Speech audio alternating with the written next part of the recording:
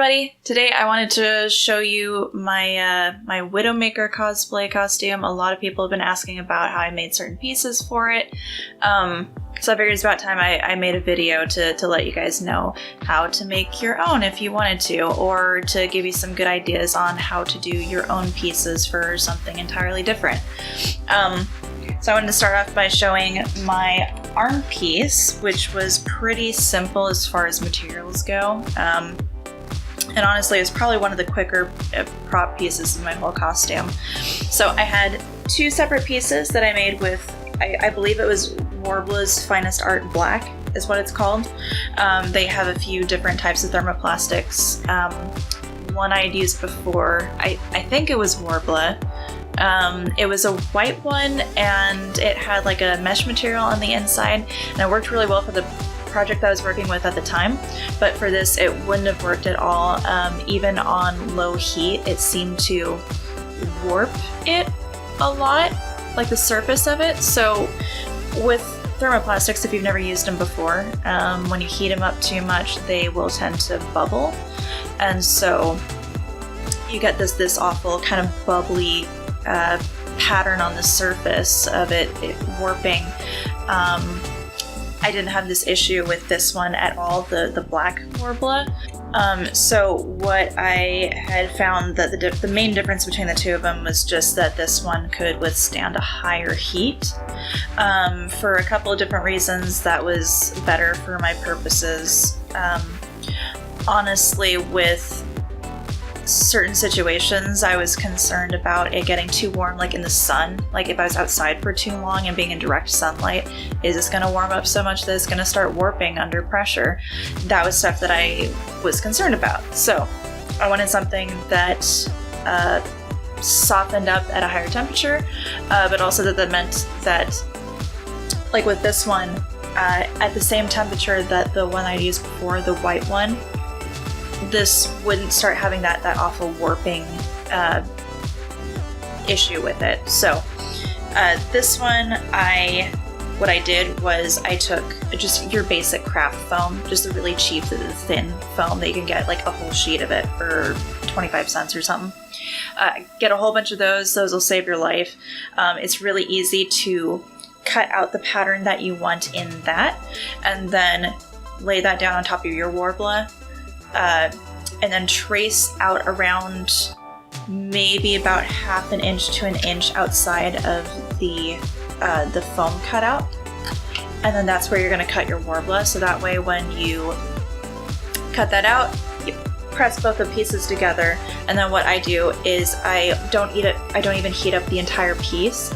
I just heat up around the edges. So if this is just the foam cutout, the Warbler is going to be sticking out about that far. I'm just going to heat up the edges, and then as I'm going, I'm going to press it down and fold it into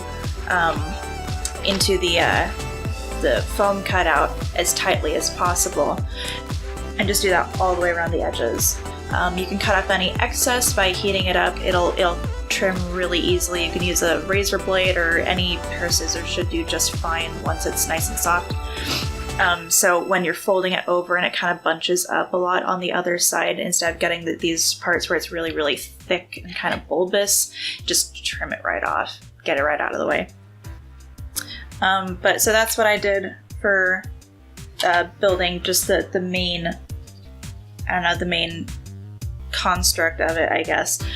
And then as far as all the other pieces go, so with Widowmaker's arm piece, she's got a couple of, they literally just look like this. They literally just look like they're the big, thick, I don't know what you call them. They're glow sticks, but it's a certain type of glow stick. It's not the really thin ones. It's not the ones for bracelets or necklaces or anything. You want the big, thick one with the hook on the end. I just got a whole bag of these, and then what I did is I just made sure to put some foam pieces on the inside in such a way that when I slide it in from the front, these two little, I don't know, ridges or whatever they are right there, keeps it pressed under. I can show you. Keeps it pressed under this whole piece, but then the foam pieces on the other side press it up into it, so it makes it like a nice tight fit right there. So once you slide it in, it's not coming back out. The only way to take it out is to pull it directly out, and like even as you can see, it's a little bit hard. You kind of really have to pull it. I did not use LED lights for this. I totally could have, but I didn't have the time. I really don't have the know-how. I know it's super simple, and tons of people can, I mean, there's tons of tutorial videos out there just for that, so you can find that really easily, but I just didn't really have the time for it, and it was just a lot simpler for me to just get a bunch of glow sticks, and every time I want to wear my costume, just break 2 new glow sticks and stick them right in there. Oh, and the only other thing to mention with that is on the bottom piece on the outside ridge, I added some really strong Velcro, and then with the top piece on the inside of each edge there, I added the rest of the Velcro. So that way when I'm ready to put it on, it goes like that, and voila, it's done. And that was it. So the second part I wanted to show you is the leg bracers, I guess is what they're called, the leg armor pieces. So the main thing that I wanted to point out with this is the spike piece on the front of the knees. So I've had a lot of people ask how I made this part in particular. Did I, curve thermoplastics and, try to shape it, create a cone shape using, flat surface crafts? And said, heck no, that's way too much effort. So what I do is, and I've used this before for another one of my costumes, and I'll show a picture on the screen here, or in a corner or something, or on the side, sliding across something. I don't know. I'll figure something out later. Whatever I feel like doing. So I actually used it in the previous costume, I used it for the drill on the front of the mask. And the whole thing was made by hand. I carved down, I bought a big styrofoam cone, and so I had to shave it down to the appropriate size and shape. And then what I did is I used this awesome product called super lightweight clay, and it's really, really soft and super light. If you've ever used clay before, it's really dense and heavy. It almost feels like when you've got a ball of clay, it almost feels like you're just holding a rock. Super lightweight clay is a totally different material, but and you don't have to heat it up to solidify it or anything. You just let it sit for 24 hours and you're done. And when it dries, it's got the texture of like foam, not the styrofoam, where it's got it's a really porous kind of surface. It's completely smooth. When it dries, you do want to keep in mind that it will sometimes crack a little if you're making a lot of small pieces out of it and curved pieces, but that's super easy to fix later on. And like it says in the name, it is very, very lightweight, so you can make large pieces with this. Not that you want to make anything massive with it. It is a little bit expensive, but for things like this where you don't have a pre-made material that really is easy to work with, you just make your own piece. So I wasn't gonna take some flat material and try to curve it and shave it to just the right size and just the right shape and try to fuse it together, and that would be a whole mess. It's way simpler. Now, as far as the rest of it goes, these pieces here, the silver metal pieces, are just made of EVA foam. I just cut them out, heat them up with a heat gun, and then just curve them to the right shape that you want. Now, what I do want to mention is that for the underside of it, because one side is smooth, that's the front side here, the back side of it's textured. And I didn't want that texture to show through. If you're looking at it from above, you would have seen that texture, those little ridges on the back there. So what I did is I just took a Dremel and I just smoothed down all of the edges so that you can't actually see it from any angle. And then I just used a heavy duty glue. I think I used rubber cement, or I used contact cement for this. And I just cemented it on. I didn't even have to put the whole thing onto it because it's actually not supposed to be completely flush with the black base here. So all I did was I just connected the outer ends of it. So here, and here is underneath those pieces where I put the glue. And then I do want to point out that I will be altering this a little bit before the next time I wear it for a convention.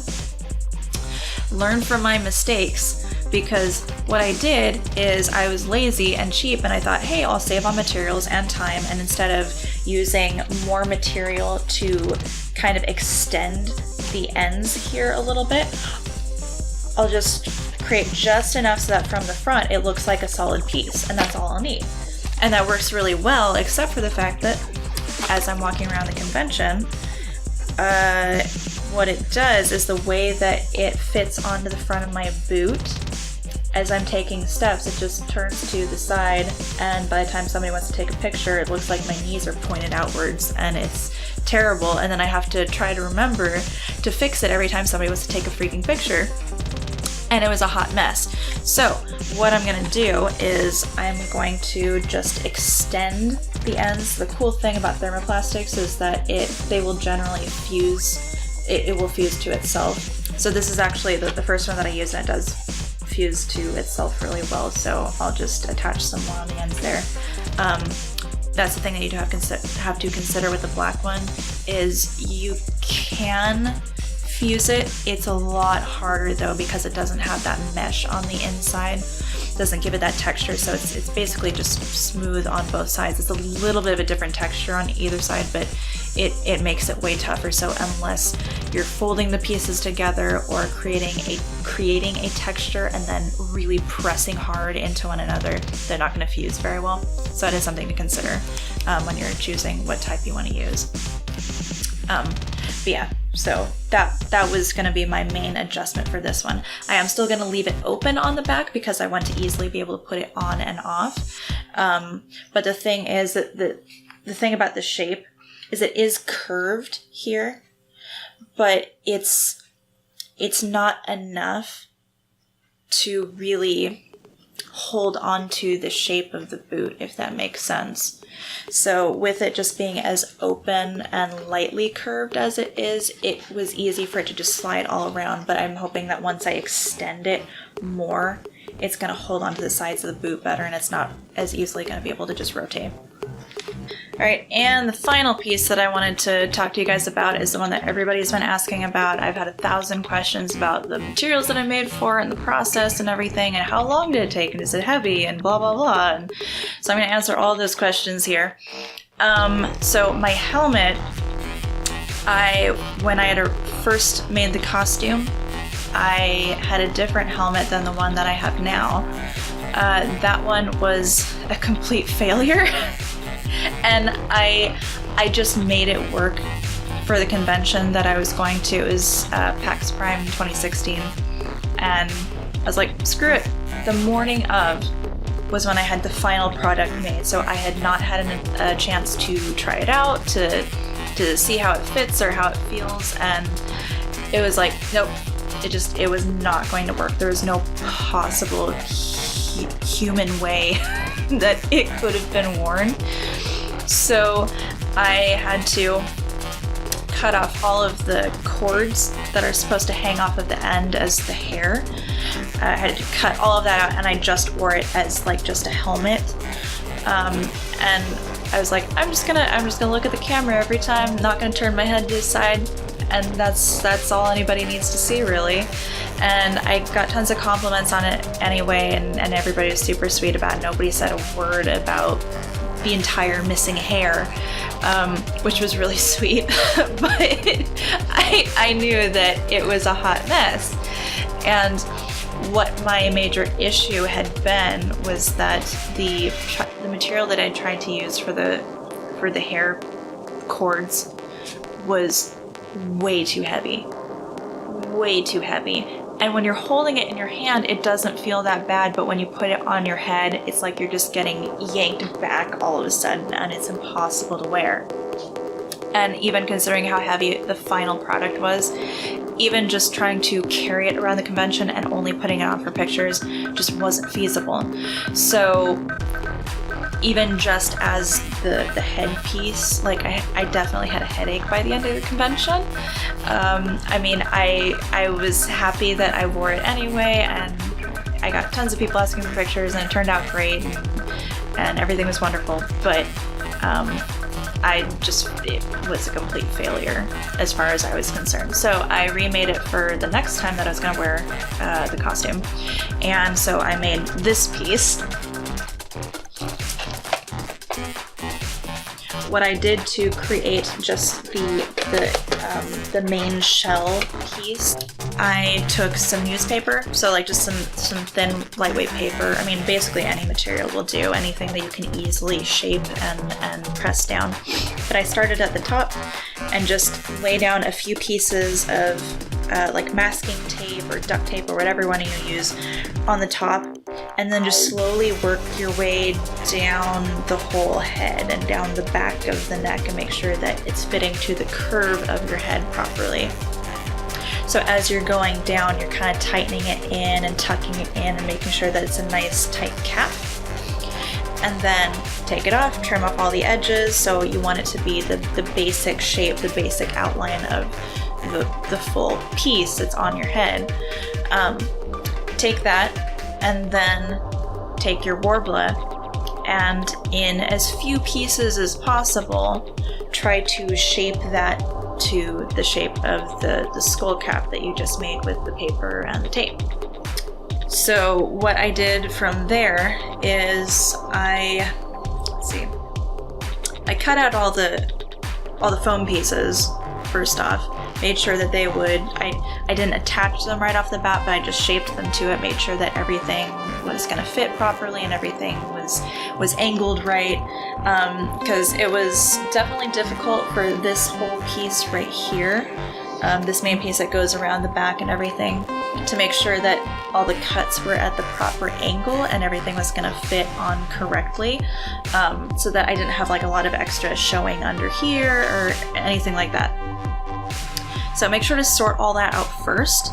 And then, so the first time around, the type of cord that I tried to use for the hair here was, it's some type of like nylon tubing or something like that. You can find it at like Lowe's or Home Depot, I think is where I got it from. Basically think of like a garden hose. That's kind of what it was. It was just, even though I tried to find one with the thinnest walls possible, it was way too thick and the material was just too dense and heavy. It just was not going to happen. What I got for this is, it is expandable wire tubing, and I honestly don't know what the actual material is. I don't know if it's like nylon or poly something or another. I don't actually know, but just look for basic wire sleeving and you're gonna find this. And so this stuff is super, super cool, where it's a really finely woven kind of mesh material. And so because of that, because they're actually woven together, when you pull on it, it actually expands and contracts. So probably one of the more difficult parts to this was the fact that when I got it, it came in a tightly wound up roll. So what I had to do is take something that was approximately the same diameter of it, which I think here we use like I think it was my broom handle or something.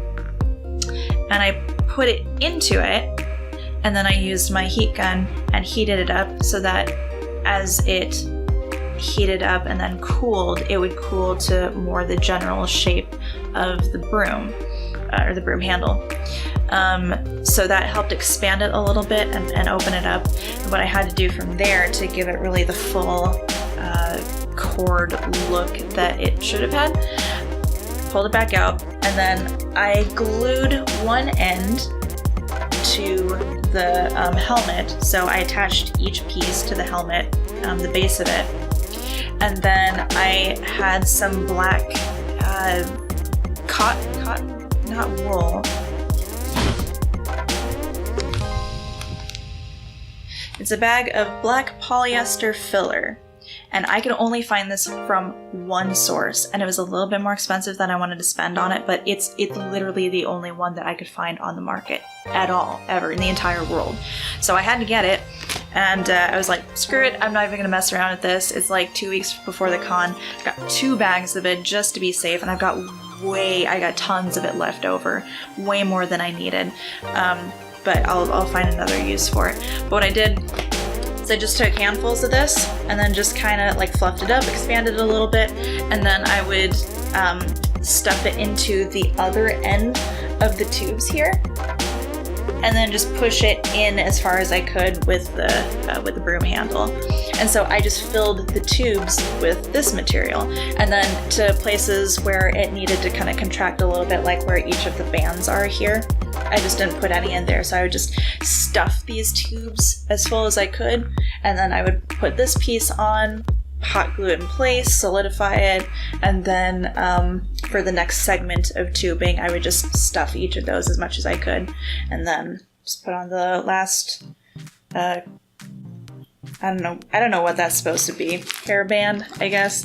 I put the last hairband on there, and then just capped off the ends. As far as this piece goes, this did take a little bit long to make, and this is actually from my original helmet, so I did salvage this. I just, gently cut it off of the old one, and then I decided for the new one, for easier storage, what I decided to do is make it removable. So I had bought fairly strong magnets, small disc magnets, and so I attached a few pieces to the base of the helmet here, and then I just put the other pieces, hot glued them on the inside there. So that one lined up properly. It just kind of snaps right into place there. But it's easier to take that off so that I can store this like on its side or on the front of it without having to worry about crushing these pieces and over time warping them. So I can store this separately. Oh, nice little trick I want to tell you guys about. So with this right here, I want to show you. It's got the little other, I think they're supposed to be LED lights, but again, I was lazy and decided no lighting for me. But those little red rivets on there, they're googly eyes. Yep. You just take a bunch of googly eyes, lay them out, spray paint them, and then just hot glue them on there. Super simple. I actually used that for my Frankenstein's Army Mosquito Man cosplay too. The rivets on the side of the big stilt pieces. And those were big googly eyes. It's my favorite thing. It's like having this secret. You're like, oh, everybody's looking at it and they think, oh, that costume's so cool. I'm like, no, I'm just covered in googly eyes. But yeah, so as far as the rest of this goes, all these main pieces here were just various types of foam. And then these were, again, that super lightweight clay. I swear to you, as a cosplayer, that stuff is going to be your best freaking friend. So I had bought these big metal rings, these thick metal rings, because when it's dry, it's not very solid. I mean, it is a solid piece, but having to hold the weight of these, I didn't trust just the super lightweight clay. So as a frame on the inside of it, I used solid metal rings, and then I just shaped the lightweight clay on the outside of it. And then, these pieces right here are just a thin craft foam. I just spray painted on them and glued them around the cord pieces later. These are bottle caps. Yep, just bottle caps. And then the kind of proboscis thingy and they're supposed to be hypodermic needles, I guess, but they don't actually look like needles, they just stick out. Those are Q-tip sticks. So I just cut one end of the Q-tip off. The other end is still inside of there. So what I did is I drilled a hole in the center of each of the bottle caps there, and then I just stuck the Q-tip through the other end, so from the inside out, and then it's still got the other Q-tip piece on the inside of there, and then I just slathered that stuff in hot glue just to make sure that it had a base to really hold itself in place. Yeah, they're pretty solid. So yeah, I think that was about it for the pieces that I showed you today. If you have any other questions about any of the other pieces that I've made, or any other costumes, anything at all, anything about these that I forgot to mention. If you're working on your own Widowmaker Noire cosplay or something else entirely, but these kind of relate to what you're trying to do, let me know in the comment section below and I'll try to answer your questions as best I can.